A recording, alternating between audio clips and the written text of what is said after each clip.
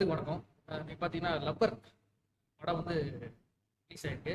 So அந்த படம் எப்படி இருக்கு, இந்த படத்துக்கு வந்து போகலாமா வேணாமா, கொடுத்த காசுக்கு இந்த படம் வந்து ஒர்த்தா அப்படிங்கிற விஷயத்த அந்த வீடியோவில் ஃபுல்லாக பார்க்கலாம். ஸோ அதுக்கு முன்னாடி எப்பவுமே சொல்றது நம்ம சேனலுக்கு சப்ஸ்கிரைப் பண்ணுங்க, பெல் பட்டன் அழுத்துங்க, லைக் பண்ணுங்க, ஷேர் பண்ணுங்க. வாங்க வீடியோக்குள்ள போலாம்.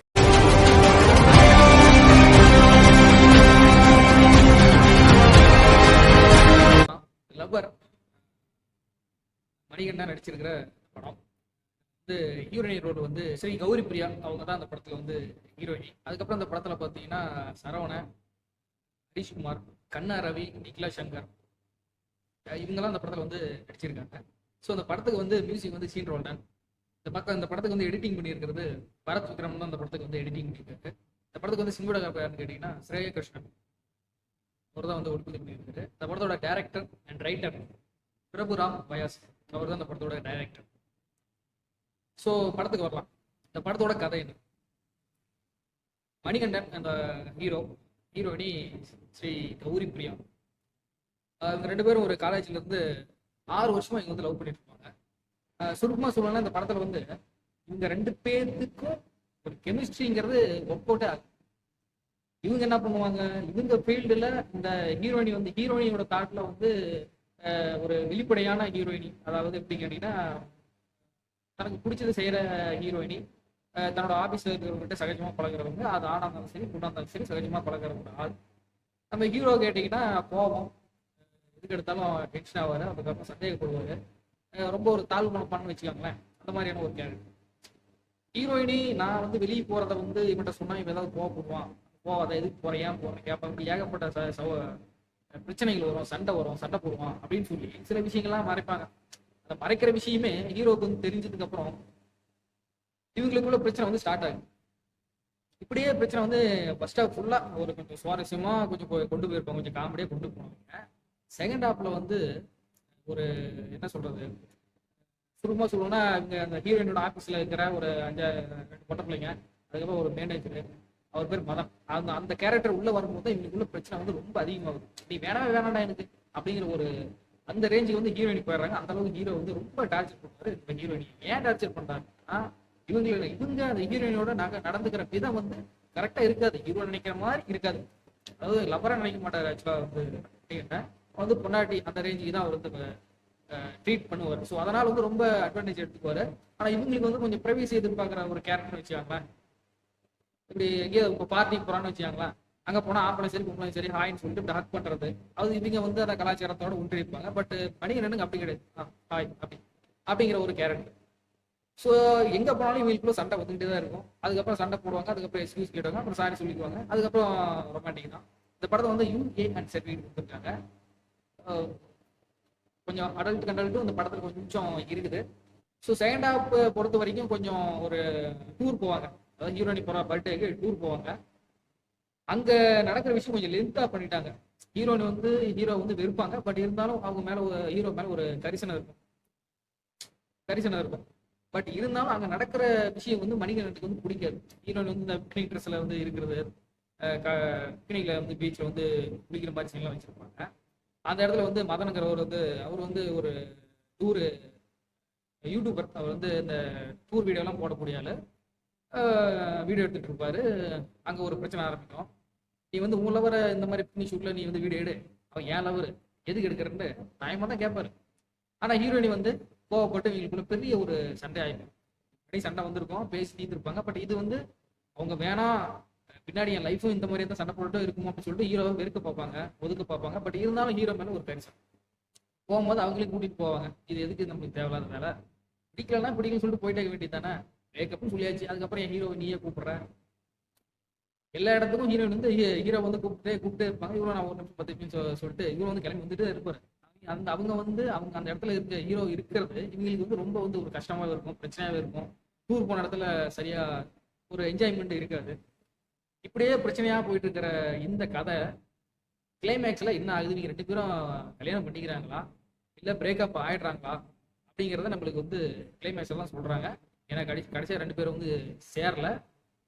ஹீரோயினி வந்து ஹீரோவை ஒதுக்க ஹீரோ வந்து நான் 6 வருஷமா லவ் பண்றேன் அப்படின்ட்டு ஒரு என்ன சொல்றது, ஒரு அட்டமெண்டா இருக்கிற ஒரு கேரக்டர் இருக்கிறதுனால, பொசிஷனஸா இருக்கிற கேரக்டர் இருக்கிறதுனால நான் வந்து உன்னை பொண்டாட்டியா பார்க்குறேன், இதுக்கப்புறம் நான் என்னை எக்ஸ்கியூஸ் கொடு அப்படின்னு ரொம்ப கெஞ்சி கேட்பாரு. ஒரு டைம் வந்து சான்ஸ் கொடு, ஒரு டைம் சான்ஸ் கொடு, இதுக்கப்புறம் நான் எதுவும் பண்ண மாட்டேன், பிடிக்க மாட்டேன், இது பண்ண மாட்டேன், அது பண்ண மாட்டேன், உனக்கு பிடிச்ச மாதிரி இருக்கிறேன் அப்படின்னு ஏகப்பட்ட இதில் சொல்லுவார். பட் ஹீரோயினி அக்செப்ட் பண்ண மாட்டாங்க. அவங்க ஒரு கேள்வி கேட்பாங்க, உங்கள் அப்பா விஷயத்துல நீ எக்ஸ்கியூஸ் கேட்க முடியுமா அப்படின்னு எங்கள் அப்பாவை கம்பேர் பண்ணி வீட்டுக்கு பேசுவாங்க. அதுக்கப்புறம் ஹீரோக்கு சொல்லி சொல்லணும். அதுக்கப்புறம் ஹீரோயினியை வந்து டார்ச்சர் பண்ணாமல் ஓகே பாய் அப்படின்னு கிளம்பிட்டு வீட்டுக்கு போயிடுவாங்க. அதுக்கப்புறம் ஒரு 2 வருஷத்துக்கு அப்புறம் இவர் வந்து சொன்னபடியே ஒரு காஃபி ஷாப் வச்சு ஓனராக இருந்தது. அங்கே வந்து ஹீரோயினி வந்து பக்கத்தில் இன்னொரு ஆஃபீஸில் வந்து வேலை செஞ்சுக்கிட்டு அங்கே வந்து டீ சாப்பிட்டு இருப்பாங்க. ஸோ அங்கே வந்து 2 பேர் மீட் பண்ணுற மாதிரி வச்சுருப்பாங்க. அப்பயும் வந்து எப்படி இருக்கீங்க, நல்லா ஸ்பைன், அப்புறம் ஓகே கங்க்ராச்சுலேஷன் அப்படின்னு சொல்லிட்டு 2 பேரும் அந்த ஒரு என்ன சொல்கிறது பிரேக்கப் ஆயிடுச்சு. அதுக்கப்புறம் நீ யாரும் நான் யாரும் அப்படிங்கிற ஸ்டேஜில் அவங்க 2 பேரும் மீட் பண்ணுறாங்க 2 வருஷம் கழிச்சு. ஸோ அப்படிங்கும்போது அந்த இடத்துல வந்து டேரக்டர் என்ன சொல்லுவார், யாருன்னு சொல்கிறதுக்கு அங்கே வந்து வெளியில்லை. ஸோ ஓகே அவ்வளோதான், அந்த படம் வந்து முடிஞ்சுது. அதுக்கப்புறம் இவர் வேலை பார்ப்பாரு, அந்த பொண்ணு தனியாக அந்த வேலையை பார்க்க ஆரம்பிச்சுப்பாங்க.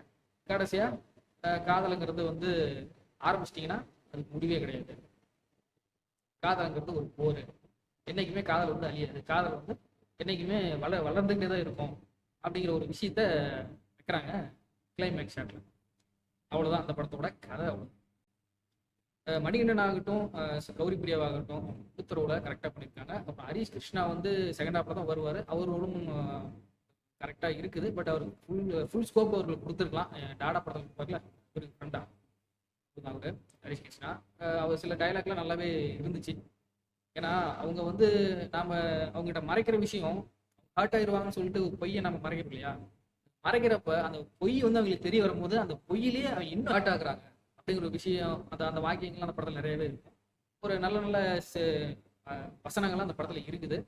பட் டைரக்டர் என்ன பண்ணிட்டாருன்னா, பிரச்சனை என்னன்னா, மணிகண்டன் கேட்கறது கரெக்ட் தான். நீ உன் லவரை வந்து தனியாக ஒரு என்ன சொல்கிறது ஒரு தனிப்பட்ட இடத்துல இருக்கும்போது நீ வந்து குளிக்கும் போது நீ வீடியோ எடுத்து நீ இதில் போடுவ, அது உங்களுக்கு இருக்கும், உன் லவரோட இருக்கும். என் லவரை பிக்னிக் இருக்கும்போது நீ எதுக்குடா ஃபோட்டோ எடுக்கிற, அவங்க அப்பா அம்மாவுக்கு தெரிஞ்சு என்ன ஆகும் அப்படின்னு கேட்குற விஷயம் நல்ல விஷயம் தான். அதுக்கு மதனுங்கிற கேரக்டர் சொல்லுவோம், பிக்னிக் பீச்சில் வந்து பிக்னிக் உடையில இல்லாமல் நான் ஷேர் கட்டிட்டு வந்து குளிப்பாங்க அப்படின்னு கேட்கறது ஒரு கேள்வி கலாய்க்கிற மாதிரி தான் இருந்தது. ஆனால் அதுக்கு மணிகண்டன் இருந்து எந்த ஒரு ஆப்போசிட் வசனமும் இல்லை. அதுக்கப்புறம் ஹீரோயினி கிட்ட வந்து அவங்க சொல்ல அவங்க அவாய்ட் பண்ண மணிகண்டன் போய் அவங்ககிட்ட வந்து ஒரு டைம் மன்னிச்சிரு, அதுக்கப்புறம் எதுவும் நடக்காது அப்படின்னு அவங்க துரத்தி அடிக்க மணிகண்டன் வந்து ஒட்டும் போது நம்மளே எரிச்சல மணிகண்டன் மேலே ஓவரா எழுதிட்டாங்க அந்த கேரக்டரை அப்படிங்கிற மாதிரி எனக்கு ஆயிடுது. எனக்கே போய் சப்பு நான் வந்து வேணான்னு சொல்ல கூட்டிட்டு போடா அப்படிங்கிற மாதிரி எனக்கே வந்து தோணுச்சு. ஸோ 2 பேருக்குமே பிரச்சனை இருக்குது. இந்த பொண்ணு நான் வந்து அப்பா அம்மா கூட வந்து ஊருக்கு போறேன், அங்கே போறேன்னு சொல்லிட்டு பார்க்கு, அப்புறம் வந்து பார்ட்டி, இந்த மாதிரி டூரு அப்படின்னு சுற்றி தான் இருக்கும். வேலைக்கு போக மாட்டாங்க இவங்க. அப்புறம் வந்து கஞ்சா அடிக்கிறது, இந்த மாதிரி ஆட்களோட கூட்டி சேர்த்து இந்த பிள்ளை பண்ணுறது தப்பு தான். ஹீரோ வந்து கரெக்டு தான், பட் அதை புரிய வச்சிருக்கணும் ஹீரோ. அவரை வந்து அதை மிஸ் பண்ணிட்டு போட்ட விட்டாரு. சரி, அவர் போட்ட விடல, டைரக்டர் வந்து போட்ட விட்டாரு. ஹீரோனி மேலேயும் தப்பு இருக்குது, ஆனால் அந்த பொண்ணு ஒத்துக்காது. அதை வந்து நான் சரின்னு சொல்லலை, சரின்னு சொல்லாது எதுவுமே பண்ணாது. நீ இப்படிதான் பண்ற, எதுக்கு தான் சண்டை போடுற, இப்படிதான் பண்ற அப்படிதான் பண்றேன்னு சொல்லிட்டு போயிட்டே இருப்பேன். ஸோ மணிகண்டனா ஒரு டென்ஷனாக இருக்கும், ஒரு ரெஸ்பான்ஸ் இல்லை, ஒன்றும் இல்லை, எது இல்லை அப்படின்னு அவரும் புலம் போகிறேன். இதை கரெக்டாக நீங்களாம் தெளிவுபடுத்துங்க. இந்த கேரக்டரைசேஷனை நீங்கள் வந்து கரெக்டாக மக்களுக்கு புரிகிற மாதிரி எடுத்து சொல்கிற மாதிரி கன்னத்தில் அடித்து சொல்கிற மாதிரி வடிவமைங்க தயவு செய்து. இந்த கேரக்டர் மணிகண்டன் கேட்குற கேள்விலாம் கரெக்ட் தான், ஆனால் டைரக்டர் சரியாக அதுக்கு பதில் கொடுக்கல. இந்த படத்துலையும் சரியான பதில் இல்லை. மீண்டும் அடுத்த ஒரு வீடியோவில் மீட் பண்ணுறேன். Until then bye. அஜிடெக் சலா YouTube channel. Stay tuned. Subscribe பண்ணுங்க, பெல் பட்டன் அழுத்துங்க, லைக் பண்ணுங்க, ஷேர் பண்ணுங்க, கமெண்ட் பண்ணுங்க, சேனலை சப்போர்ட் பண்ணுங்க.